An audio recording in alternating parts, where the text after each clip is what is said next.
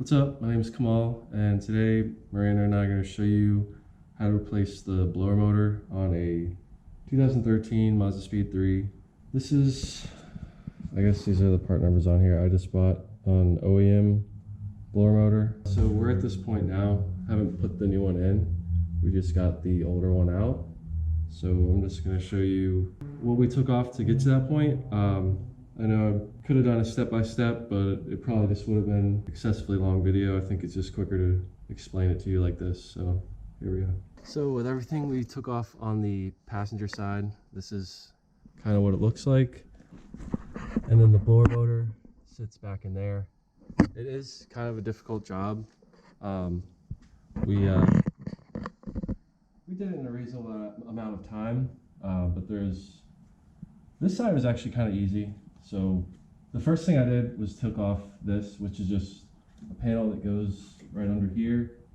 First thing you do is you just like push these little tabs on either side down, and this will pop down and it just comes right out. And there's just a piece that sticks in here when you're going back in with it. So after taking off just that under panel, which really you can do that at any time, took off just the trim piece here. You can just like pry it up with your hand, and that's what I did for the most part.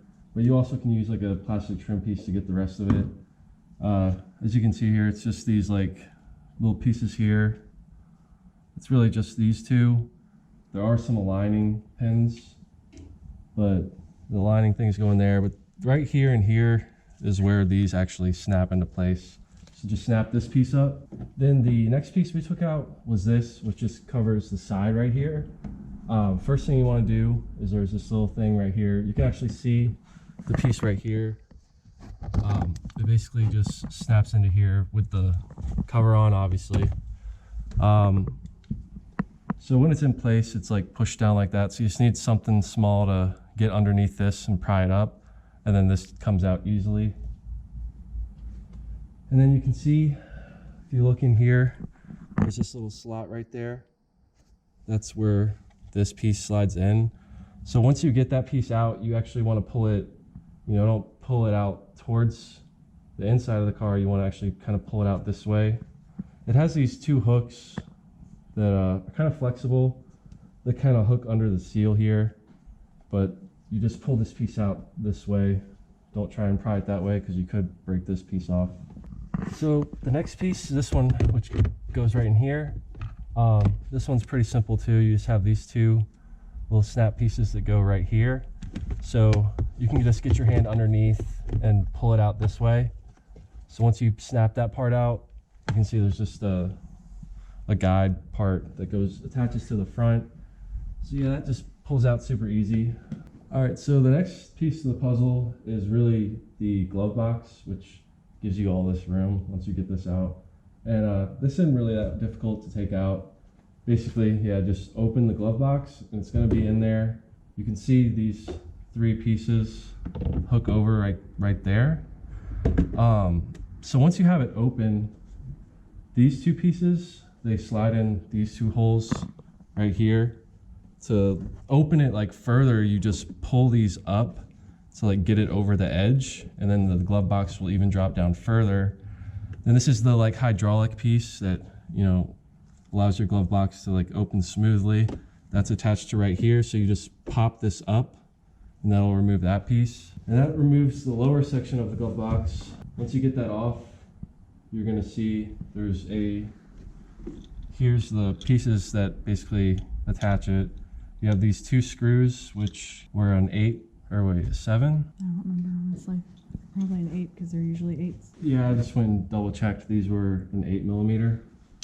So you had one here and then one up here. And once you get those out, basically on the back side here, you can see there's just all these things that align it. You can see the holes in here. Really see this one, the metal hole right down there. You can see that's where one of the screws was. The other one was up there. Really to get this out, I just basically yanked this bottom one out first. That's the one that kind of really held it in there. And then once you got that part out, the rest of these on the top, it came out pretty easily. And then this is the glove box light which basically this piece just slides into this slot here, and you just had this one Phillips screw attaching it. So just unscrew that, take the light part out, and then the this little, like the cover piece, it just is resting in there. So I just took that out as well. And yeah, once you get that glove box out, that's where you really open up this whole side of the dash. This piece actually just goes in like right like that. Do you have a flashlight? So there was another one of these, the ones where you pop that part up, that was just attached right here. I just took that out, and then literally this slides off of that. This is like the thing that keeps your feet warm, just directs air that way. Because once you take that out, you have a lot more room. So you can see this connector in this hole right back here. This is where your cabin air filters go. So in order to get this off, you first remove this piece, which just has two Phillips head screws. Just remove that. Take the connector out, remove those screws, this comes out. Then you have this piece, which was in there like this. At the top, you have the two Phillips screws at the bottom here. And then at the top, you can see this little part that moves. You push this down and that'll pop right off. And that's how you would remove your cabin air filters. In that open slot in there, these basically slide in like this into the car, stacked one on top of the other. And then that's when we found all this, and that's when I realized that there's probably a rat or something, or a mouse that yeah, was living in there. So to explain where this last piece goes in, you can see the hole where the blower motor will sit in, just that circular part right there. And then you also see that open square rectangle right there. So basically this thing, which has all your flaps that help direct the air to wherever you choose it to go. As you can see, this is the part that attaches to that rectangle, and then this goes where the blower motor is. So it's in there like that. And it's held in by these 3 screws that have a Phillips opening, but they're also a 7mm if you just want to take them out that way. So these two are pretty straightforward. When this is up in there, you're able to see those. The only one that's challenging is because you see, you're looking at it from down here, you can't see this one all the way in the back. So obviously I used the long extension, and that one is kind of like, it's going to be really tough to use like a Phillips. So I used an extension with that 7mm socket to get that out. As far as this side, that was the most difficult thing out of everything I've explained so far. The only other thing to note, I guess, is that when this is up in there, you can see there's this connector right there, which is what controls all the flaps. So here's that connector right here. And then one other thing is this piece right here. You can see this little arrow looking part that snaps in this hole right here.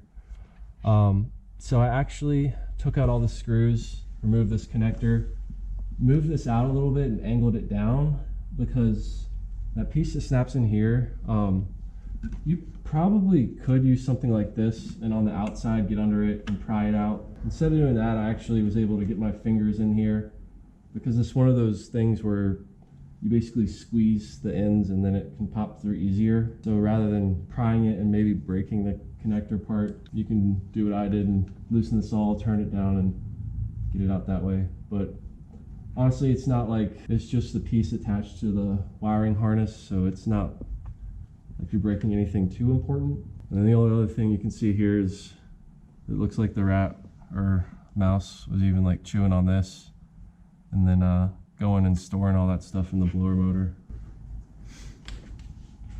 So then at that point, in that circular hole in the car, we were able to see this, and literally all of this crap was stuck inside the fins here. So I guess, I don't know what happened, because for a while when I had the blower motor, you could like hear noises and it sounded like there was like leaves or something in here, but I guess all this stuff was just wedged in there, and then I guess ultimately that's what ended up causing it to fail. So now for the difficult part, because really everything on that side was easy besides that one screw I showed you. So then after you get all that, you have to go to the driver's side. If we're actually underneath and in the car, it was angled like this. You have this plastic tube that's connected like that. What I did was actually pulled this part of the tube off, and then once we were outside of the car, I pulled this part off with the blower. When it's in there like this, you can see this little tab right there that you can push down. You're gonna have to, it even has an arrow on here, but push this tab down, and I with my hand up there, I pushed this down and pushed it that way at the same time. And I guess that's what releases it from all these little parts. And yeah, it was kind of tricky. You have to push this and turn it at the same time. But that's actually how you get the blower motor loose from the driver's side, which we're about to show you. And then the last thing was the electrical connector, which I actually removed after breaking this loose, because after you break this loose, you can kind of move it in the car. I kind of angled it a little bit so I could get my finger to push down the part of the connector to get the connector out. Sounds simple, but yeah, that was the difficult part. And we'll show you the driver's side and how we managed all that. So yeah, I mean, this is a difficult job. Most cars, the blower motor is in the passenger footwell, just straight up. It's easy to get to. But this was going to be tricky when we knew it went bad, just because I have changed the cabin air filters before, and when I changed them and noticed that they were, in the center of the dash, I knew that the blower motor must be there too. So yeah, it does suck, but I'm thinking that if you take it to the dealer, they're probably going to charge you like $500 or more to do this, just because of the labor involved. How much was the part? I think the part was only 100 something, which even with that, I paid more than maybe you could, because since I bought it right from the Mazda dealer to get the OEM part, I'm sure it's marked up. Paid for the blower and paid for new cabin air filters to do this. So it's gonna be a lot cheaper this way. But anyways, so at the back there, you can see that little slot. When this is in there, that's where that piece was in. Kind of like I was explaining on the other side. It's the exact same thing. You have these two slots here. So basically from underneath, I just pop this out, pop these pieces out, and then it moves backward like that. Yeah, this is the difficult part. I think to actually properly replace this, like what they expect you to do is to actually take out the driver's pedal or the gas pedal and the brake pedal, because if you look up under here, you can see the circular hole. That's where the blower motor is. This one piece right here I took off. It basically, where you can see those three white prong things, there were 3 Phillips screws that attached that piece there that was kind of in the way. So I took this off. You can also see like a little metal part. I think that this is like a module that also controls certain flaps for the air. On the back side of it, that metal piece plugged into this. I kind of, once you push this plastic piece off that metal piece will come out of this. I removed the 3 screws, which the one up top was very difficult. So that's where the blower motor, it twists to the right to keep it in. So that tab piece was near the left side. I pushed it down. Also, that plastic hose attaches kind of near the bottom left there.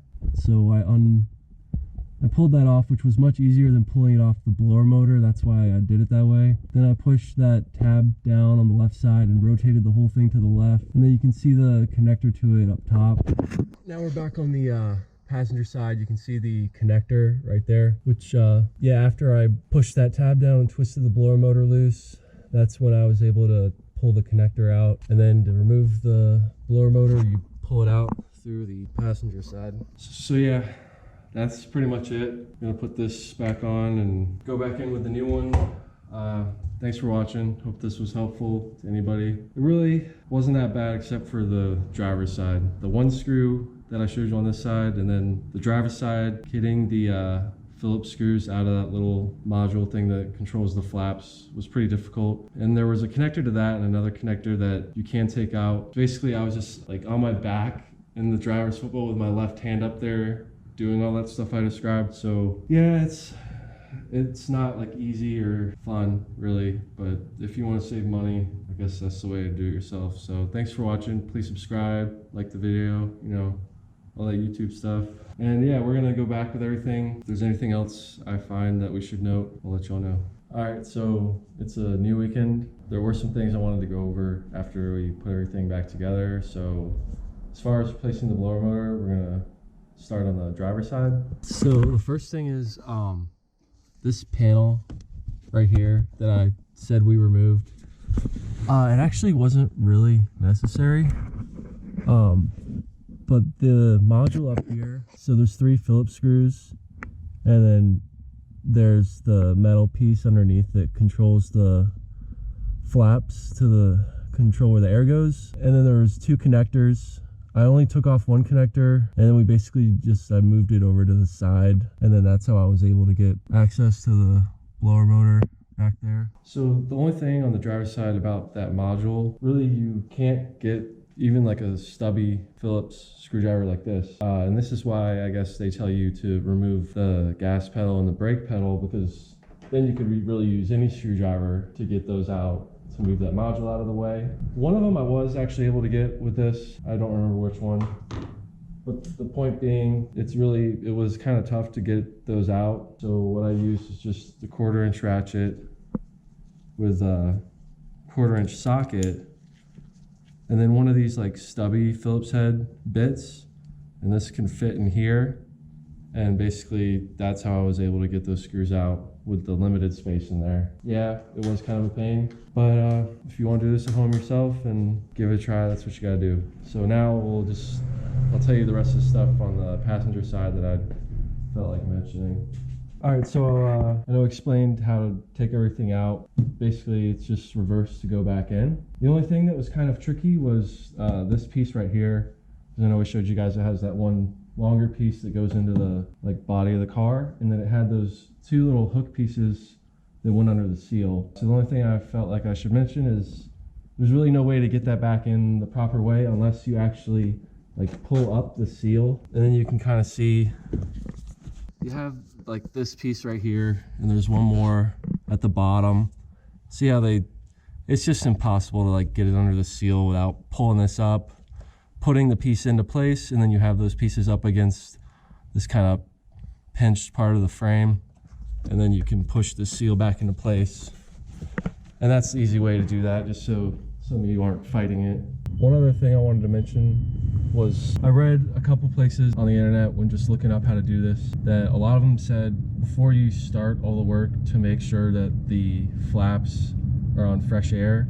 So right here you can see this is on recirc right now, so you want to just make sure that's off, and you can even see the little logo up here saying fresh air into the car. When we were doing all the work, I didn't really notice the reason why you need to do that, but just to be safe, just make sure you put it on recirc, because like that fresh air. Yeah, fresh air, I mean, because that cage thing that we took out that I told you had that one screw up top that was really hard to get, I guess, you know, having those flaps in a certain position, maybe, I don't really know, because I think the fresh air would actually be further up than that. And then the only other thing was with that cage part, that screw up top, basically I was laying on my back with a mirror and I could see where the screw went. That was definitely one of the harder parts of the job. So yeah, put it on recirc, and then the only other thing, fresh air. And then the only other thing was we did disconnect the battery. So for those of you who don't know, just have these 2 tabs left and right, and just disconnected the negative battery terminal before doing the work, because you do unplug a decent amount of stuff and just want to make sure you don't have any fault codes after the work's already done. Yeah, we did all that work, put it all back together, turned the car on, and the blower motor still wasn't working. So I figured I'd also just share some diagnostic stuff, because really the only thing I kind of did was just kind of look over the fuses. So we can do that quickly. So the first one is this fuse box right here. There's a little tab right here. You can stick like a screwdriver or something and pop this off. And then actually on like the back side of this. Let's see where it says. Yeah. Because I remember it was this, it was the 10 amp fuse at the top of this. I know it's hard to see with the light. Basically, we just took that 10 amp fuse out, made sure it wasn't blown. And the only other thing was also in here. You can take this box off. And this actually has one of the fuse removal tools. So you can actually come and get this out of here, because the way you take that fuse out is just needle nose pliers. But if you don't want to use pliers, these this little tool, you just put the smaller end, it like grabs the fuses, and then you can pull them up that way. So in here, basically, if you just look on here, I can't see them now because there's the relay for the heater, and then there was also, I don't know, that might be for like the engine fan. So yeah, there's the heater 40 amp, which was this one, which I remember we looked at it. You can kind of actually has a window in there that you can see if it's blown. Really, that 10 amp fuses, I think, is the one, if a fuse is going to go bad, it would be that one. But as far as the relay right here, because we noticed when looking at diagrams and stuff, it seems like heater is kind of the circuit that the blower motor is on. To make sure this relay works, basically you can cycle the key on and put your hand on it, and you'll just like feel it click. So we just like rechecked all that stuff, and then because the only other thing I thought it would be the blower motor resistor. Ended up being what it was. I know when I showed you guys how to take apart the car, you know, it had that piece, this is the resistor. Yeah, so technically I guess we could have just replaced this and the blower motor would have worked again. But I'm okay with replacing the blower motor because, like all of you saw, there was like that big handful of like a rat's nest in there. And the reason I actually thought that the blower motor just went out was because, like I said, every time it was on, I could like hear that there was stuff in there. And then the other clump of that rat's nest stuff was right where the cabin air filters were, which is right where this sits. So I think what happened was just all that crud was on here and either caused us to like overheat or just go faulty somehow. So it was just 2 Phillips screws in there and the connector. We replaced that, and then everything started working. So yeah, I know on some cars, I think especially like European cars, the resistor will actually be like attached to the blower motor. So a lot of the times you'd replace both together. I'm not saying you have to do that. How much was this again? It's like 140 bucks, I think. All right, so yeah, it is kind of pricey, so I guess doing one before the other is all right. But like, here are all the part numbers, just in case anybody's wondering. Yeah, thanks for watching. Hope this was helpful for anybody trying to attempt this. Just remember, it is a pain. You'll probably say some cuss words, but you can get it done. I mean, Miranda and I got it done, and it's nice to finally have air again in the defroster because it's wintertime. But yeah, thanks for watching. Please like the video and subscribe to the channel. It helps us out a lot. And I'll see you guys next time. Peace.